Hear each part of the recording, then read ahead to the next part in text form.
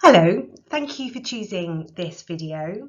My name's Miranda Griffin and I'm the Fellow in French at Murray Edwards College here in the University of Cambridge.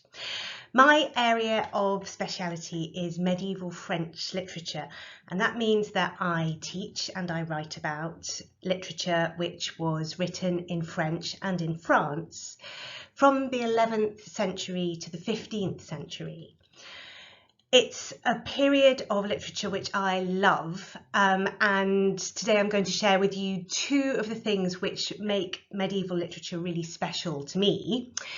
And those two things are manuscripts and monsters. So in other words, the books that transmit this literature, in which these texts survive, and the fantastic stories they tell, very often about monstrous bodies.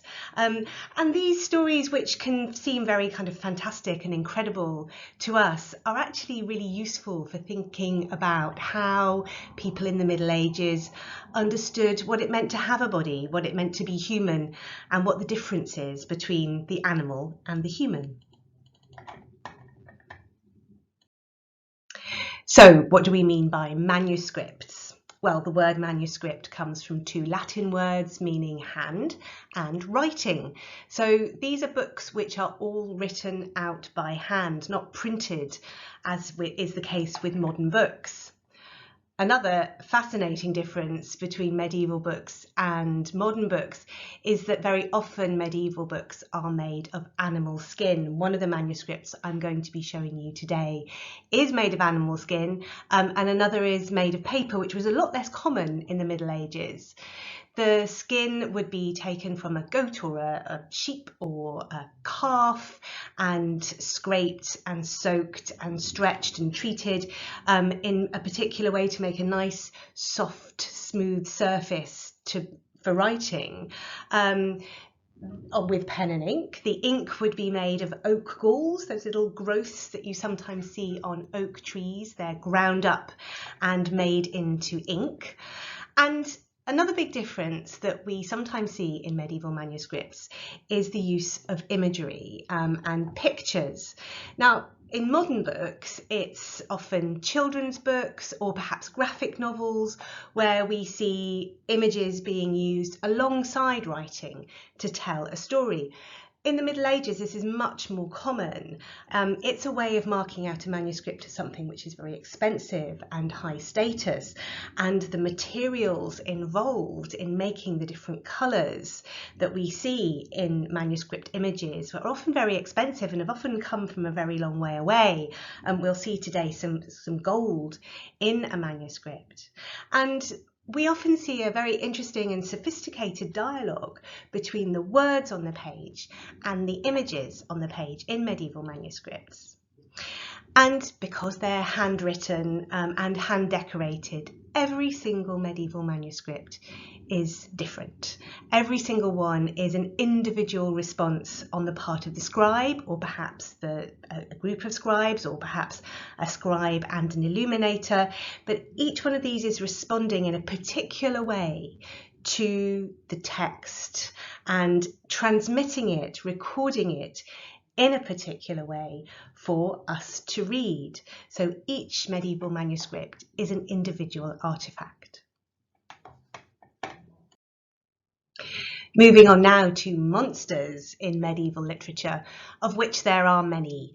We find them in the hybrid figures, in the margins of manuscripts, funny little creatures scampering through the pages of these books, which often have nothing at all to do with what's being described in the words in the page, but nevertheless make up part of the experience of reading medieval literature.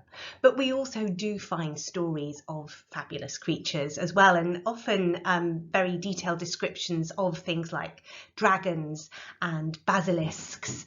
And yes, I do think this is where J.K. Rowling got a lot of her inspiration from.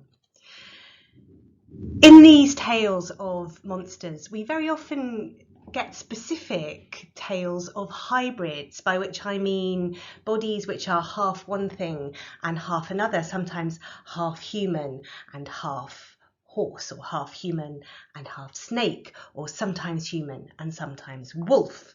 And these stories about hybridity and transformation, moving from one form to another, can be read as asking what it means to be human. What do we mean when we think of ourselves as human, and how different are we from animals? So today I'm going to look at two manuscripts with images of monsters, and they're both kept in libraries in Cambridge. Here's the first of those manuscripts. It's kept in St Catherine's College in Cambridge. It does look like an old book, but actually this cover that I'm showing you here is the most modern thing about it. It was actually bound like this in the 19th century. We're pretty sure that it was originally part of a larger manuscript, a larger collection of tales and prayers. But in the 19th century, for reasons that we can only speculate about, it was divided up into several books, and these were bound separately. This is what happens when that book is opened. You can probably see in this photograph that it's resting on special foam cushions, and it has to be held open by that strange thing that looks a bit like a necklace of beads. It's a sort of bendy weight called a snake, which is actually a great name given what happens in the story told by this manuscript. And that story is La vie de Sainte Marguerite, the story of St Margaret's life. Medieval saints' lives are much more action-packed and exciting than you might imagine, and the story of St Margaret is no exception. I got very excited when I first looked at this manuscript because it hadn't been properly described in the catalogue, and it was very clear that the original person who'd catalogued it hadn't really understood the version that they were looking at.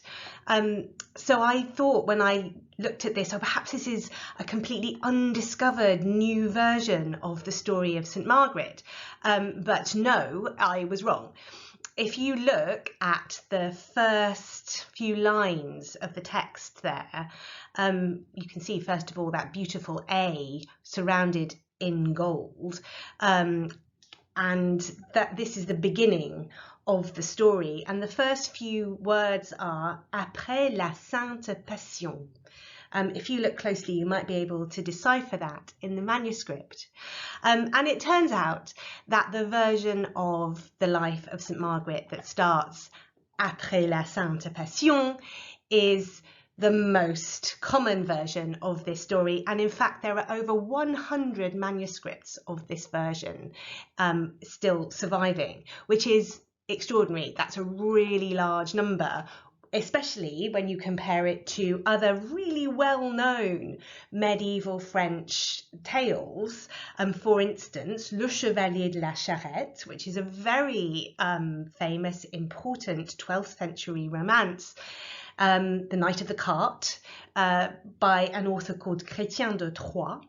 And Le Chevalier de la Charrette is the first text anywhere to tell the story of Lancelot, the famous Knight of the Round Table, lover of Queen Guinevere, wife of King Arthur. And Le Chevalier de la Charrette only survives in 8 manuscripts, but Après la Sainte Passion survives in 100. And after I'd got over my disappointment, I realised that actually this large number of manuscripts says something very interesting about the way that this story of St Margaret was used and understood in the Middle Ages. This version of Après la Sainte Passion, this manuscript, was made in the 15th century in Bruges, in what is now Belgium. And the story it tells is, as I said, quite action-packed. St. Margaret starts off life as a holy virgin, a very simple, humble shepherdess who catches the eye of the evil emperor, and he wants to persuade her to become his wife and abandon her devout ways.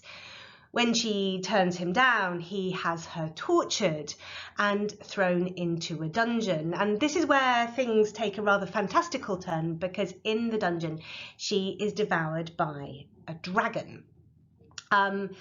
But she makes the sign of the cross, and this cross that she has made a sign of becomes a physical object, and it enables her to burst out of the dragon's insides. And you can see that happening in the image on this slide. The dragon's body is kind of flecked with blood here, but Margaret is completely untouched. Something else you can see if you look closely at this image is what's escaping from the dragon's mouth. When I originally saw this image, I thought maybe it was a dragon that was breathing smoke. But actually, if you compare it to other images of St. Margaret made in the Middle Ages, you'll see that very often in these images we see Margaret's robe, her clothes, coming out of the dragon's mouth to kind of emphasize that this woman has been swallowed by the dragon, and her body, her clothes, her physical reality are interwoven, entwined with the body of the dragon. Margaret's triumph over the dragon is short-lived, however, because of course the emperor has her executed. But just before she's beheaded, Margaret utters a prayer, and she prays that any pregnant woman who hears her story will be safe and her baby will be born safely. There's a lot going on this slide. You've got Margaret's Prayer 3 times. First of all, in the manuscript, and then my transcription of the manuscript and the translation of that transcription into English. I'm going to read the translation now, but do have a look at the Old French. If you understand modern French, you'll be able to see where it's similar to modern French and where it diverges from it. So Margaret's prayer starts, "I thank you and entreat you that you forgive all sins of all those who have my passion or my life written. I pray that anyone born in the house where my passion is read will be free from deformity, and that the devil shall have no power or dominion over them. And may any lady who asks anything of you while in a church that has been founded in my name or hears my passion, as soon as she's finished her prayer, be assured that the fruit of her womb will not perish once it has shown signs of life. Sweet Lord, I also pray that you assure the safety of all the places where my life will be written and protect them from the power of evil spirits, fire, thunder and storm, so that the Holy Spirit drives out evil spirits. Grant health, peace and truth, great joy and good fortune to all creatures living wherever my life is written." So you can see here that Margaret is really emphasizing the importance and power of the story of her life. She makes reference to people who hear the story of her life or who read it or cause it to be written down. And she refers to the story of her life as her passion. We remember that this particular version of the life of St. Margaret is called Après la Sainte Passion. And that's, of course, a reference to the Holy Passion, the crucifixion, the suffering of Christ. And so Margaret here is making quite a direct comparison between her own martyrdom and the crucifixion of Christ. And as she does so, she prays that anybody who listens to her life will be saved and be kept safe. But she also draws particular attention to any lady who invokes the name of St. Margaret, and as soon as she does so, the fruit of her womb, her baby, will be born safe and well. There's a very strong association in the Middle Ages between St Margaret and expectant mothers, pregnant women and women in childbirth. We've seen that her prayer specifically singles out women who are giving birth. And we might also think that there's some sort of association between birth and Margaret's emergence from the body of a dragon. But for whatever reason, Margaret becomes the patron saint of women in childbirth. And this might give us a clue about the very large number of manuscripts in which Après la Sainte Passion, this version of her life, survives. Here is another manuscript in which Après la Sainte Passion survives. It looks very different to the St Catherine's manuscript. This one is kept in the Wellcome collection in London, and you can see that it's been copied on a very long, thin strip of parchment. And that is, we think, in order for a woman to be able to wear it like a belt or a girdle while she was expecting her baby, perhaps even in labour. So the reason that so many of these survive is perhaps because it's not just the story that it's important, but the physical object in which the story is recorded and transmitted, and the physical contact between that object and the body of a pregnant woman. I was really struck when I first saw this image of St Margaret in the St Catherine's College manuscript by that second head that the dragon has on the end of its tail. The first head in the normal position is looking a bit dozy. It's got her robe coming out of its mouth, but it's not really kind of involved in the conversation. But Margaret and the head on the end of the dragon's tail are really eyeballing each other. They're really looking each other very kind of firmly in the face. And it's a kind of interesting image of an animal and a human returning one another's gaze. And this really resonated for me with another image in another manuscript in Cambridge, which is this one, which is kept at the University Library. It's a manuscript made of paper, and it transmits the story of Mélusine. Mélusine is the second story of monstrous bodies and extraordinary creatures that I want to share with you today. This version of the story was composed in the early 15th century by an author called Coudrette, and it's a chronicle, it's ostensibly a historical account of the dynasty of Lusignan, the family of Lusignan, who claim to be descended from a fairy called Mélusine.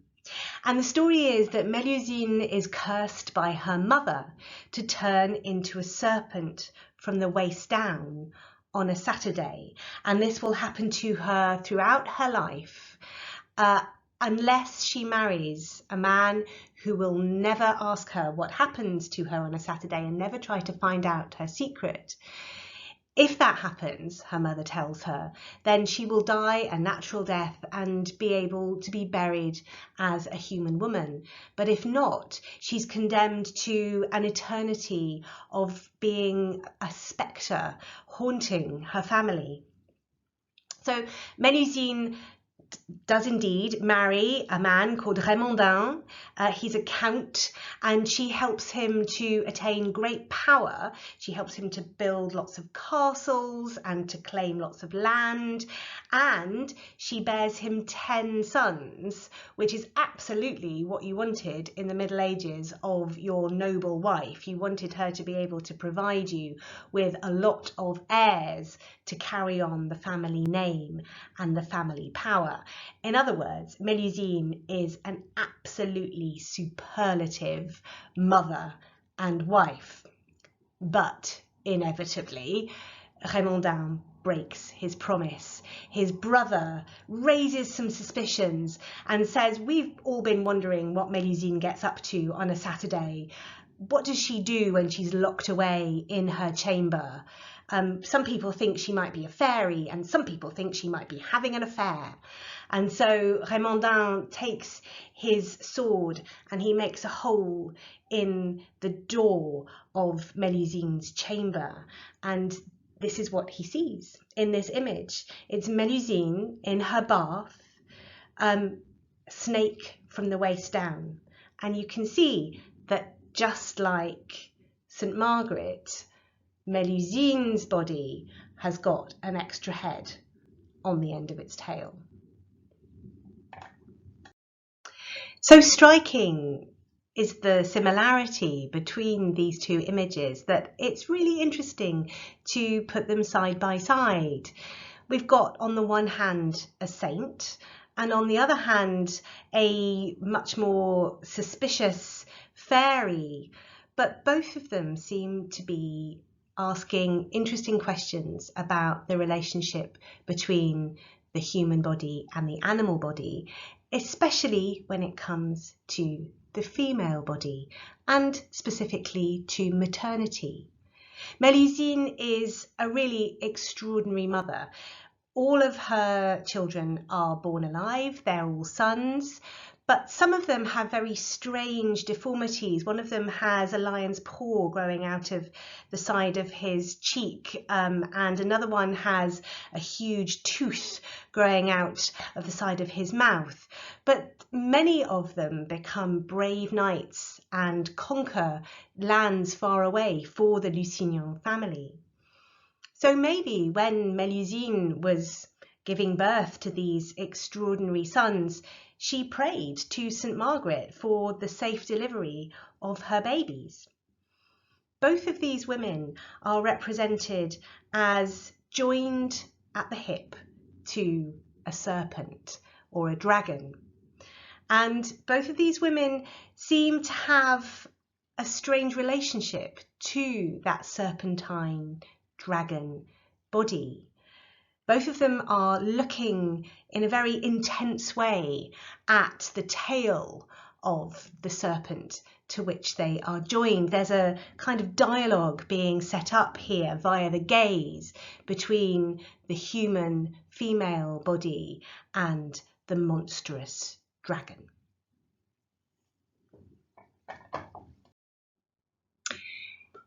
So those are the sorts of images and ideas and texts that I would discuss in a lecture.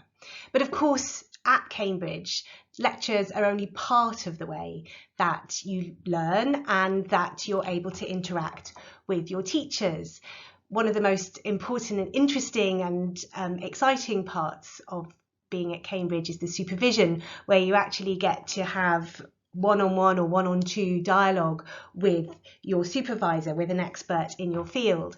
And so these are the kind of questions that we would discuss in a supervision about Melusine and St. Margaret. We might think about what this says about medieval attitudes towards women's bodies.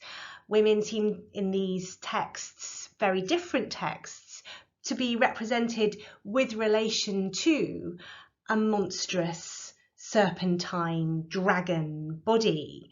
And are there any other associations that we might think of between the female body and a serpent? And of course, a very obvious one would be the Garden of Eden, in which Eve is tempted by the serpent to eat the fruit of the tree of knowledge, and that's where all root of sin comes from. So perhaps in their very different ways, the story of St. Margaret and the story of Melusine are making reference to this very radical association between femininity and sin. Another question that these texts seem to answer is, what's the dividing line between animals and humans? If a woman can be joined at the hip to a dragon or a serpent, how do you tell the difference, and where does one begin and another end, especially when we're thinking about processes as animal and bodily as birth?